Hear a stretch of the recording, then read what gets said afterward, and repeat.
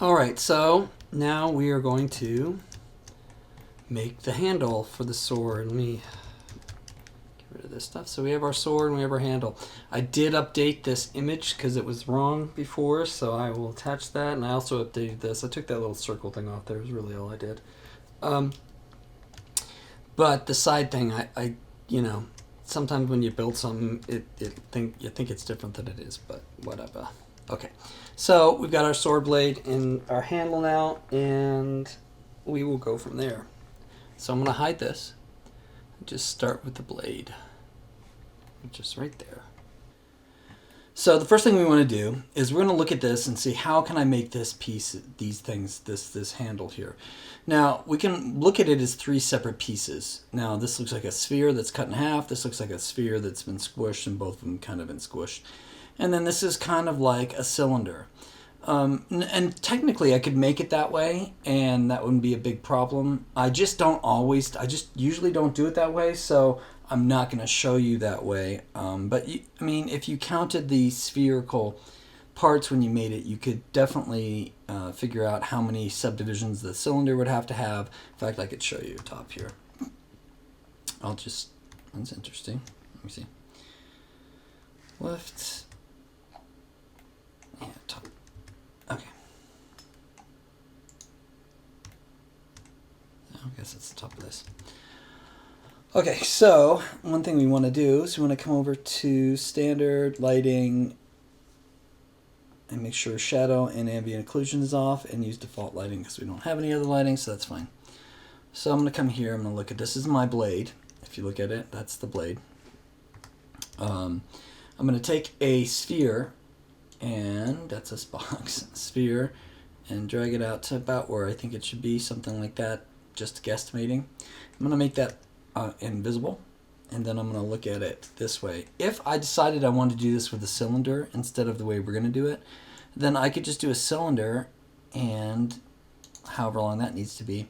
And if you look, I can see now my cylinder has 18 sides and my sphere has 14 sides. So if I change this to 14, in theory, and then I have to rotate it in this case,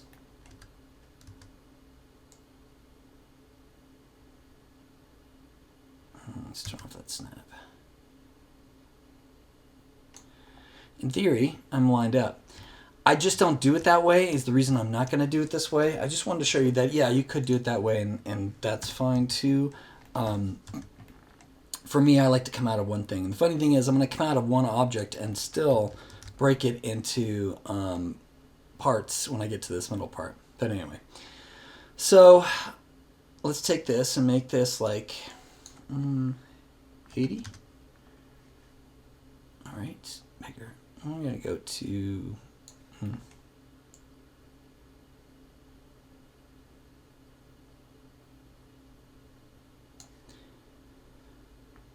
I guess we're going to call that 85 to make my itchy brain better. Okay, so what I could do with this is I'm going to pull it up a little bit, and then I'm going to scale it down, or I'm going to try something else first. So this thing down here is called the hemisphere.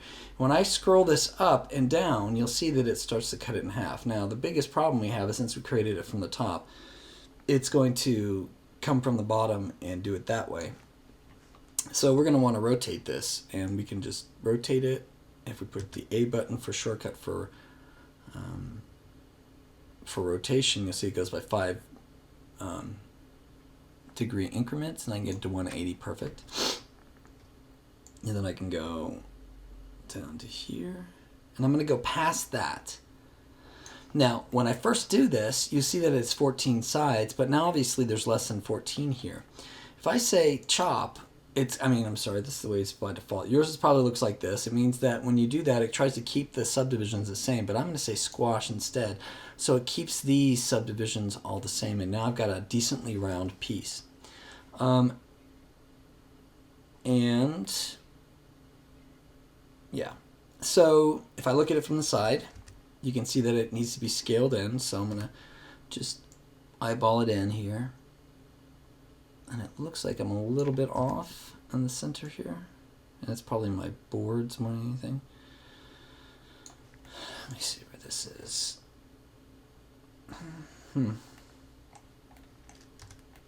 way you check it is you look at your grid, and then you look at this. So if I grab this and I say, there, that was the problem. So there we go. So now my picture may be a little off is what it turns out being, but that's fine. And you can see that it's a little bit off right here. That's fine. Like I said, we aren't looking for perfection. We're looking for a decent subdivision, or we're looking for a decent facsimile, because nobody's going to end up putting this up to the final piece. And if they are, then you just need to be a little bit more careful. I think that what happened is my drawing isn't centered. It's not that the world isn't centered, just this picture isn't centered on my paper here. Anyway, so the next thing I'm going to do is look at this from the front again. Turn off my grid. And I'm going to see that with the subdivisions the way they are, and that's why mine are set to 14. Yours are probably set to 18. Just set it to 14, and then you'll see that it kind of cuts right perfectly where it starts branching off into being a cylinder. So what we're going to do is we're going to take, we're going to go and change this to, oops, that's not what I wanted. Change this to an editable poly, so convert to editable poly. Go to the one vertex mode, and then we're going to grab this. And actually, we might as well just grab all sets of these, because if we delete any of these points that are connected to these edges, they'll automatically delete the polygons that they're mating. So I turn it off like that. Great. And then I take this edge like this, and I pull it down a little bit. And as you can see, this goes in a little bit, so I'm going to go ahead and scale it in quite a bit there. And then I'm going to shift and drag it down again, and this time I'm going to ignore all the stuff in the middle, come straight down to here.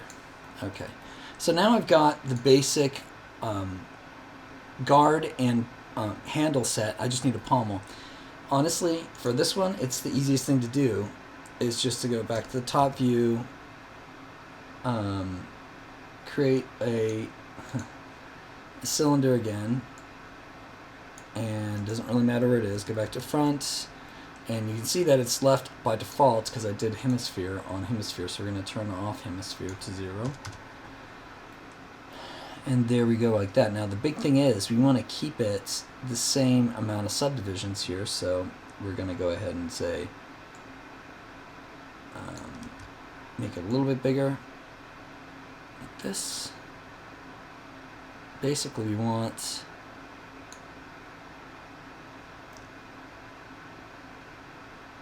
to turn it, and then we're just going to scale it at this point. So we'll scale it down, and then we'll scale it, we'll turn it back up again and see if like 85 works. 85 is a little bit big, as you can see, so we'll try 75. That's pretty good, ignoring that it's not on perfect there. That's pretty good. Now if I come back to this and I say, ooh, I want more subdivisions, ooh, I want this or that, and I divide this up, the problem with that is that now it wouldn't match these edges here. Let me see if this matches this way. Nope. So we go back to our left, and this is pretty easy, and I probably should have made more a focused division there, but there. Now I've scaled it, so when these are finally welded together, they will weld perfectly into one spot. The shortcut for snap tool is S, but before you do that, what you need to do, and you can click it up here too, is right click on it and make sure it's set to vertex. By default it's set to grid points. You want to turn that off and say vertex, and then come back out. You don't want to say click that button, it looks like okay, it's a clear all button. And now if I move it, it'll snap exactly to those verts. And then I want to push S to make sure I turn it off, because it's really annoying by accident to have it on. Okay. And then I'm going to collapse this to an editable poly, and I'm going to go to vert, I'm going to grab this vert, I'm going to delete it. Alright, so now I've got these three pieces all together. I could weld them together, but I'm not going to do that because there's something else I want to do first. So this is why I'm saying it might have been easier for some people to think about doing it with three parts, but again, it's just my brain, so I'm going to do it this way. I'm going to grab this all sides of this thing right here, because I want to make all these subdivisions inside of this without having to worry about it freaking it out. And I'll show you what I mean. So I'm going to grab all this, and this is another way I do it this way. Another reason I do it this way is to show you these tools. So if I look at this and I say detach, and I say let's say handle for now. I know I haven't named anything else yet, so I should have. And then we're going to get out of here. Oops. And we're going to grab everything. Let's call this Pommel.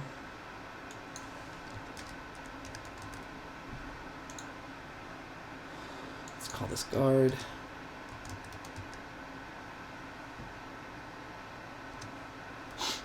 And hide. Okay, so this is what I want to work with. And I want to kind of make it even in the middle here. So I'm going to come to this. I'm going to affect pivot point, and I'm going to say center to object, and we'll pop it straight in the middle, then align to world. And what it does is it makes it in the center of this, and you can see it's a little bit off. So what I'm probably going to try and do is just put it right there in the center of this. Now, it may be confusing, so I'm going to move this over for right now, and we'll snap it back when we get done. But this is in the center of this center sphere or circle that we have here. Okay. What we're going to end up doing is mirroring the bottom half and only having to build the top half, if that makes sense at all. But we're going to do this in a couple of steps. So we're going to take these edges, we're going to grab all these edges, we're going to say connect, and then we're going to divide how many times we want. And there's 5 of these, so we really need 10 of these. 10. Because that makes 1, 2, 3, 4, 5, 6, so 5. And then we're going to squish them together till we get to the right subdivision that we want. And we'll move it up to check it. It doesn't really matter, but you might as well start with some. So this is the first one. That one's fine. And the reason I'm doing all 10 is because it's easier than trying to cut it in half and da-da-da-da. So I'll say that looks pretty good. And now we're just going to come and do... actually, sometimes it's easier. This is the thing. You'll jump between verts and polygons just to make it, or verts and edges and polygons, just whatever's easiest to grab things with. So I'm going to grab this and drag it down a little bit. Then I'm going to deselect that top one, and I'm going to drag this next one down a little bit. Then I'm going to deselect that one, and I'm going to drag it down a little bit. And I guess these parts don't matter down here, but itchy brain, so. Okay, so now I've got that. And I almost have this set up perfectly too, if you've noticed. You know what? I'm going to leave that one the way it is. And I'm going to move this one up a little bit, though. I'm going to say this is the thickness you want it to be. So, now what do? Well, now we come to our poly mode, and we grab this one, and this one, and this one. I'm just holding control, and this one, and this one. And then I go down the middle of both of them, and you should grab the back and the front. And you want to keep it not cut in half yet, because, let me hide the blade real quick, there we go. Because it's easier when you do extrusions or bevels or whatever, it makes from the center point. See how it's centered? If I do an extrusion or a bevel and it's only halfway, it's going to give me some weird results. So we're going to do it this way, and we're going to say bevel. And then you'll notice when you first do bevel, it kind of does it in one direction. That's because by default it's set to group. We don't want it to be set to group, so we click on this little arrow and we come down to local normal. And what it'll do then is it'll go in every direction of the basic, the faces that they're facing. And then we're going to say we don't want that much. Oh, probably that one's fine. We don't want this much. We'll pull it back in. We just want a kind of a rib system on here. Whether this is comfortable in the hand or not is a whole different question. But anyway, so there we go. So now I say yes, and I'm done with that. And then if I come back in here and I go Alt-X, we can see. Now, at this point, I might start cutting it in half. Partially because when I cut it in half like this, if I go back to the left and I go grab this half, oops, and I grab this half, I can see through better. But I want to point out something. This isn't half. If we look at it from the top, I actually have an edge right through the middle of this. So how do I fix that problem? This is the cool thing, and the thing that I don't usually do, but there are times I do for symmetry. You don't have to cut it off and do symmetry that way, but you do have to, I do it that way most of the time just to keep myself in order. But in this case, if we just push symmetry, and then I say Y, all it's done in this case is put a cut right down the middle of that for me.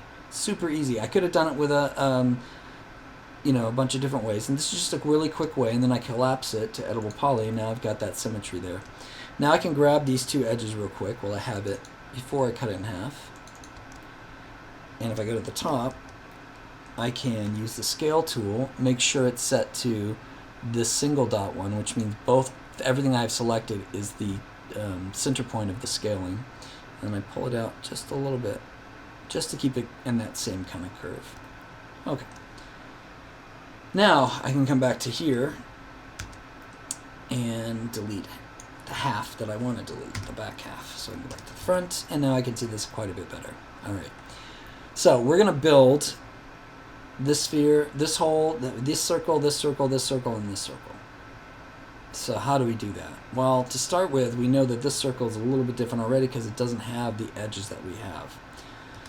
So let's do it this way. We're going to first give ourselves those edges. So we're going to say connect, and then we're going to add 2, and then we're going to pull them together so they're squished together. And then we're going to pull them down. Oops, this one. And you'll see it's a little bit off, but that's okay. Pull it out. Yeah. The other ones are tighter, so I'm going to kind of match them for now. Okay,